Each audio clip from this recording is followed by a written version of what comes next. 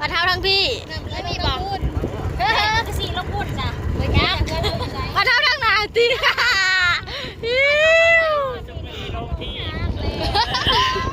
ปลาเท้าทั้งไหนตี เข้าไปโผล่เป็นคือเราไม่ได้เอง ข้าบูเฮ้ยใช่ค่ะใช่เท่เลยหนู ใช่เหรอ ใช่ เฮ้ยน้ำอะไรจะพูดเลยเฮ้ย เอาดีๆนะยิงไม่ใช่น้ำไหลลงทางนั้นทางใดเพื่อนเท้าน้องไผ่มาแล้ววันนี้เขาจะเอามาทิมไว้กับจะข้างมือน้ำแบบเป็นสีเขียวงามๆ